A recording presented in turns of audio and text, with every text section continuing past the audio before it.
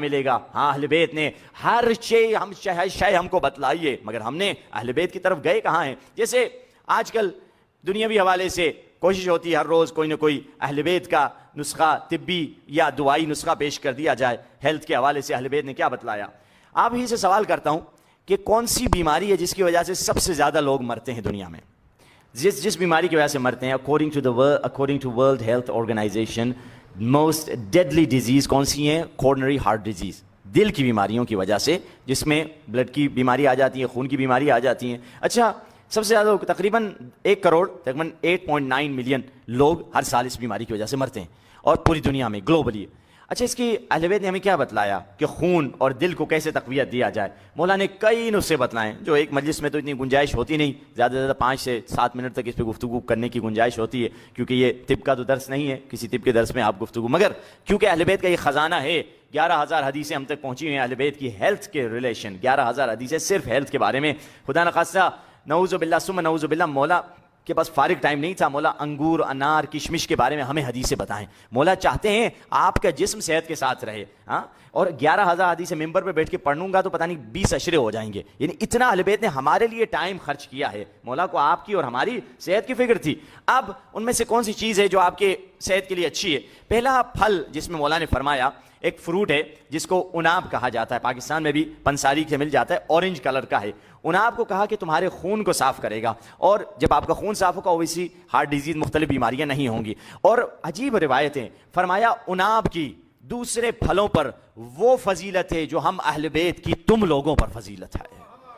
یعنی ایک فروٹ کے بارے میں مولا نے کمپیئر اپنے آپ سے کیا کہ ہماری جو تم پر فضیلت، یعنی کوئی فرق، کوئی تقابل ہی نہیں نا ہمارا اور اہل بیت کا. کہاں وہ آسمان، کہاں ہم خاک زمین پہ بیٹھے ہوئے. کہ جتنا فرق ہم میں اور تم میں، اتنا اناب اور دوسرے فروٹوں میں فرق ہے. یعنی اور ہاں، خون کو صاف کرنے والی حکما بھی بتاتے ہیں، طبا بتاتے ہیں، چیزیں اکثر ٹھنڈی ہوتی ہیں تو اس کے ساتھ یا گرم چیز کھا لے انسان، تاکہ سرد مزاجی بھی اچھی نہیں ہے. کیونکہ فرمایا، حدیث میں فرمایا کہ گرم مزاجوں کو لمبی عمر کی بشارت دو. جو گرم مزاج کے لوگ ہیں وہ زیادہ جیتے ہیں، کیونکہ گرمی سے زندگی. ایک بندہ آیا مولا کے پاس، مولا سے کہنے لگا مولا آپ کو کون سا موسم پسند ہے؟ تو مولا نے کہا سب اللہ کے موسم ہے. تو کہا مولا پھر بھی آپ بتائیں. کوئی بیچارہ میرے جیسا تھا ضدی، کہ مولا پھر بھی آپ بتا دیں. کہ مولا نے کہا سب اللہ کے موسم میں کوئی نہیں. کہا پھر بھی آپ بتائیں. مولا نے کہا گرم موسم مجھے زیادہ پسند ہے. پھر بھی یہ چھوڑا نہیں. پھر مولا نے کہا مولا کیوں گرم موسم آپ کو زیادہ پسند ہے؟ ارے بھائی گرم موسم پسند ہے. پھر مولا نے وجہ بھی بتائی. مولا نے کہا گرم موسم کیوں؟ گرم زندگی کی علامت ہے اور ٹھنڈی موت کی علامت ہے، تو اسی لیے مجھے گرم موسم زیادہ پسند ہے. تو گرم ہونا، گرم کا جسم کا گرم ہونا اچھا ہے، مگر خون کو صاف کرنے والی چیزیں اکثر ٹھنڈی ہوتی ہے، اسی لیے کہا اس کو حد میں کھایا کرو، زیادہ نہ کھایا کرو. ان میں سے ایک اناب ہے. اچھا 2 یا 3 چیزیں آج میں بتلا دیتا ہوں. اور دوسری چیز کیا ہے؟ دوسری چیز وہ جسے بلیک پرون کہتے ہیں، اجاس عربی میں کہتے ہیں، یعنی کالے زردالو.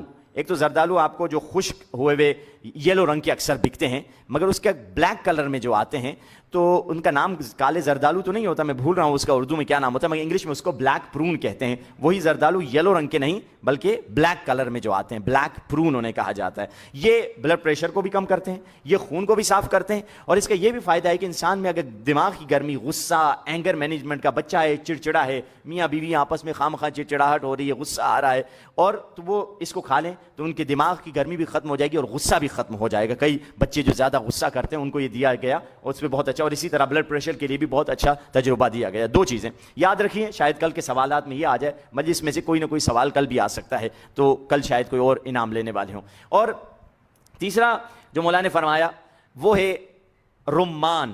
رمان کیا ہے؟ رمان یعنی انار. انار کے بارے میں فرمایا، مولا نے فرمایا جنت کے 5 پھل ہیں. ایک انار ہے، ایک سیب ہے، ایک بے ہے، ایک انگور ہے، کھجور ہے. یہ جنتی پھل ہیں 5. ان میں سے ایک انار ہے.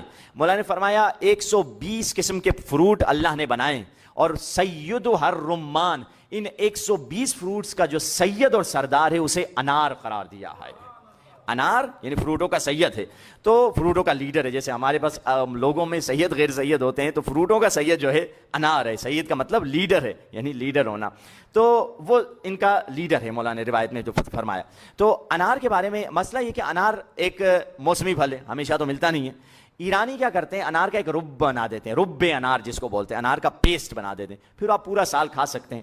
یعنی آپ ایک گلاس میں تھوڑا رب انار ڈال دیں، یعنی رب انار، وہ انار کا پیسٹ ڈالیں جب موسم میں نہیں ہے، موسم ہے تو تازہ کھائیں وہ تو ٹھیک ہے، مگر جب موسم نہیں ہے اس کا ایک بہترین شربت تھوڑا میٹھا کر کے بندہ پی لے، یا چٹنی کی طرح کھانے پہ ڈال کے کھائے گا، انار پیٹ میں جائے گا تو اس سے جو بھی رگوں کا مسئلہ ہے اور خون کا مسئلہ ہے، خون پتلا ہوئے گا، جس سے انسان بیماریوں سے بچتا چلا جائے گا۔ یہ 3 چیزیں جو انسان کے خون کو صاف کرنے کے لیے روایت میں ملتی ہیں۔ پر محمد وال محمد صلی اللہ علیہ وسلم۔